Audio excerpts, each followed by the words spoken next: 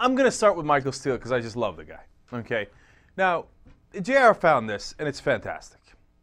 He's going to talk about, on Fox News, they're going to try to help him out as much as possible, but of course he's going to blow it.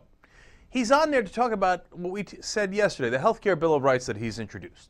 So his whole point, and I want you to focus on this, his whole point in coming on and doing this appearance on television is to say how much he supports Medicare and how the Republican Party is for Medicare and the Democrats might be endangering it. Now, follow along as the train wreck happens, and he forgets why he came on the program and says the exact opposite thing by that. Let's watch. Seniors worried over possible changes under President Obama's health care proposal have come out in droves to town halls across this great country. Now the GOP is offering them a health care Bill of Rights. RNC Chairman Michael Steele joined us from Washington. Wait a second, are people taking away the seniors' Medicare? Is that what Democrats are doing?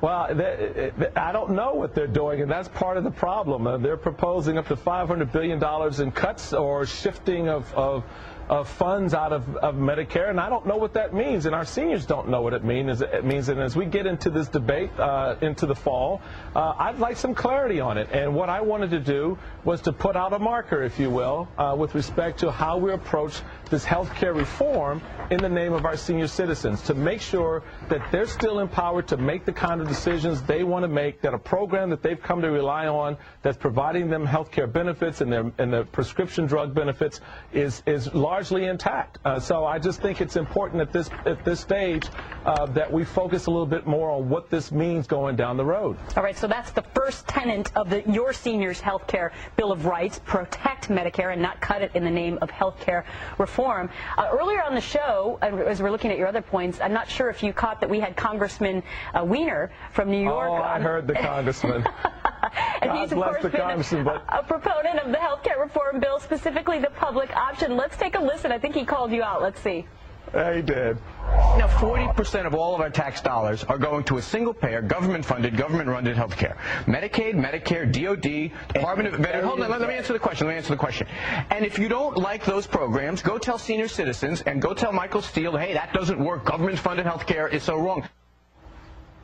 You're making exactly the contradictory argument that many on the right are making. They say we like Medicare, but we want higher reimbursement rates. Well, the high reimbursement rates, it's not going to come. Here's the deal we're going to make with doctors, and we've always made it on Medicare. You get this giant pool of reliable patients coming to you, and the government's going to be efficient, only a 4% overhead. Let me finish my thought. 4% overhead reimbursing you. But you know what? We are going to try to contain costs. The only question is, does Medicare do it better than private insurance? And the answer is clearly yes. All right. So Michael, before Congressman Weiner left, he wanted me to ask you this. If you like Medicare and you don't want to make any cuts to it, then you're basically defending a single-payer system just like he wants.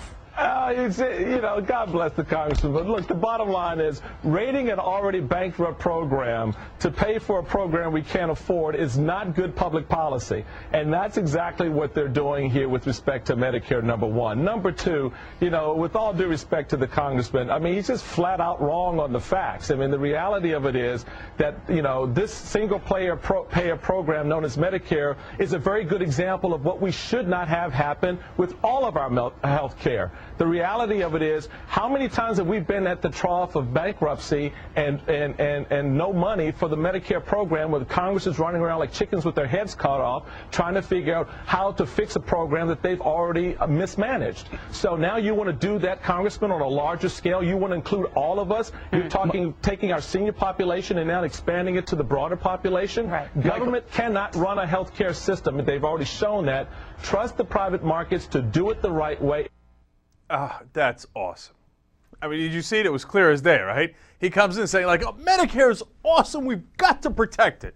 Okay? And these Democrats, they're going to take away your Medicare. So we got a health care Bill of Rights. By the end, he's like, Medicare is awful. We can't have it. Oh, it's terrible and disastrous. And that's what now the Democrats want to build on Medicare. Wait a minute. I thought you were here to protect Medicare. What happened, Michael? Oh, you lost track of your talking point. And you crossed talking points because you really guys have no interest in protecting Medicare.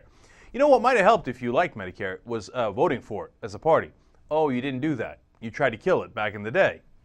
Funny how that works. And then you tried to kill healthcare reform in 93, 94 again. And you're trying to kill healthcare reform again now.